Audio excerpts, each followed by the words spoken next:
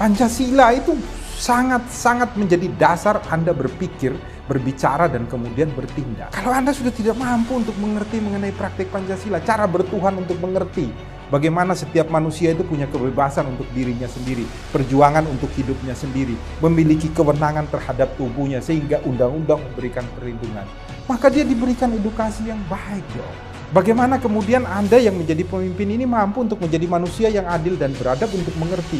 Ada manusia yang takut divaksin, ada manusia yang tidak takut untuk divaksin.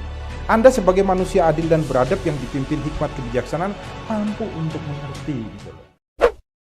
Salam Pancasila, salam penegakan hukum. Halo sahabat Rumah Pancasila, kembali lagi bersama kami di channel Rumah Pancasila, membahas isu-isu hukum dalam bingkai Pancasila. Kali ini Rumah Pancasila akan membahas video-video mengenai isu hukum yang masuk ke dalam DM sosial media kami. Jangan lupa untuk tetap like, share, dan subscribe channel kami. Dan mari berbagi ilmu. Salam Pancasila.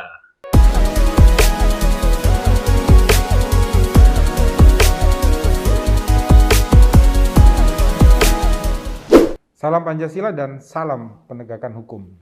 Ini kembali nih, ulang-ulang, saya itu sering sekali di-tag oleh sahabat-sahabat Rumah Pancasila tentang vaksin ini. Jadi karena pemerintah ini memberikan syarat-syarat yang aneh-aneh ya, termasuk Pak Luhut ini ungkap rencana pemerintah jadikan kartu vaksin COVID-19 syarat ke tempat umum. Di Semarang juga sudah berlaku, ada beberapa mal yang buka dan memperbolehkan orang masuk, itu aturannya sudah dikeluarkan harus menunjukkan surat vaksin.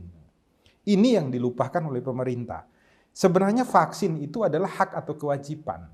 Nah, kewajiban atau hak itu harus dibedakan dulu, karena begini, kalau kita berbicara hak itu tidak ada sanksinya.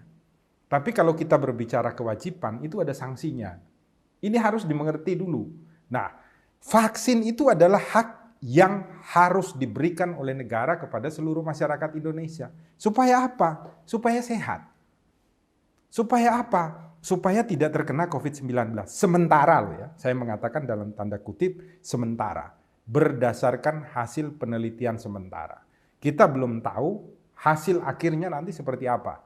Karena saat ini sudah dikatakan bahwa ternyata ada jenis vaksin tertentu itu hanya 6 bulan itu akan menurun kembali sehingga harus divaksin ketiga. Jadi kita ini belum tahu itu secara pasti.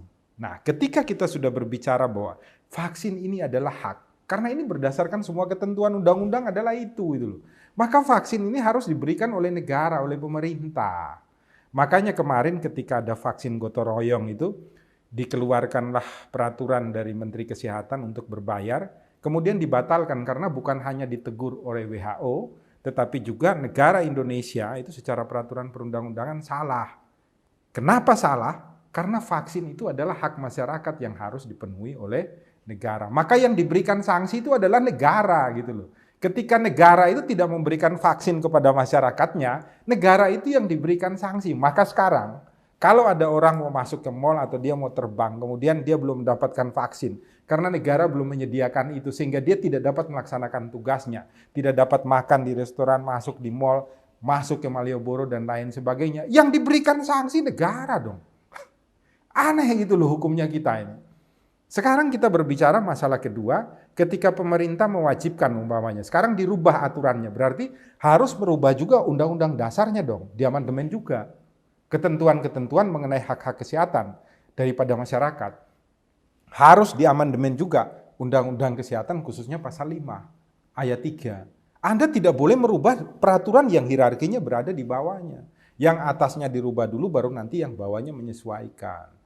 Itu pun harus dijalankan secara bertahap dan melalui edukasi yang terus-menerus oleh pemerintah. Jadi bukan ditetapkan hari ini, mulai besok Anda yang masuk restoran tidak divaksin. Akhirnya apa? Kadang masyarakat menumpuk di suatu tempat dan lain sebagainya. Akhirnya yang terjadi apa? Penularan virus COVID-19.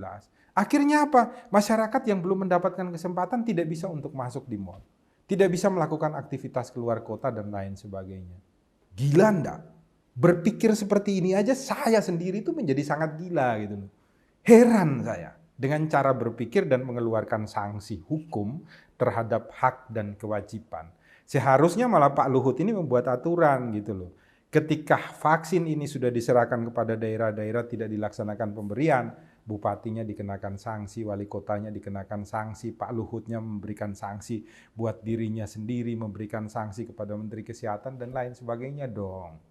Jangan buat aturan yang tidak dapat diterima oleh akal sehat manusia, tidak dapat dinalar secara baik oleh kita semua. Rumah Pancasila bukan berkedudukan dalam menentang vaksin, bukan. Tetapi dalam kedudukan bahwa marwah Pancasila, moral Pancasila, itu mampu untuk menuntun Anda itu loh. Yang jadi pemimpin di negeri ini yang kita tunjuk itu loh.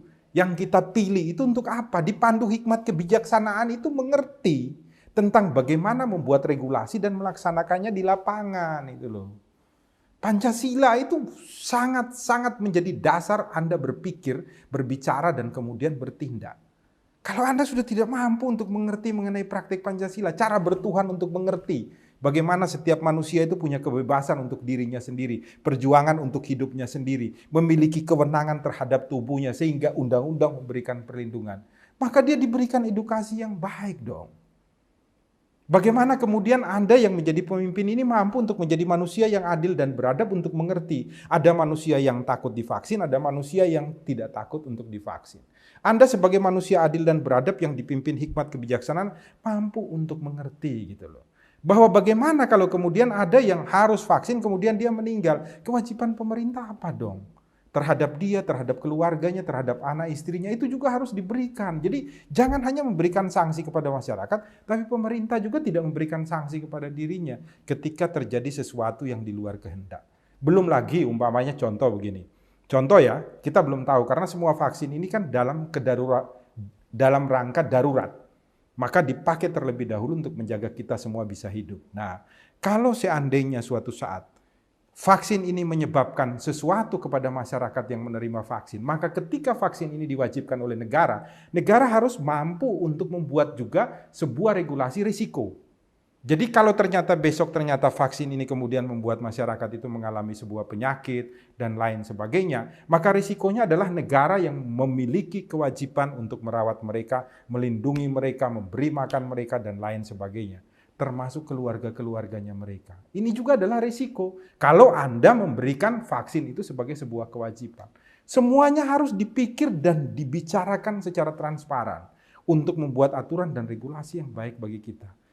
Janganlah membuat aturan-aturan yang kemudian membuat Anda itu kami anggap tidak dipandu hikmat dan kebijaksanaan. Bukan manusia yang adil dan beradab. Bukan manusia yang bertuhan seperti yang diperintahkan oleh Pancasila.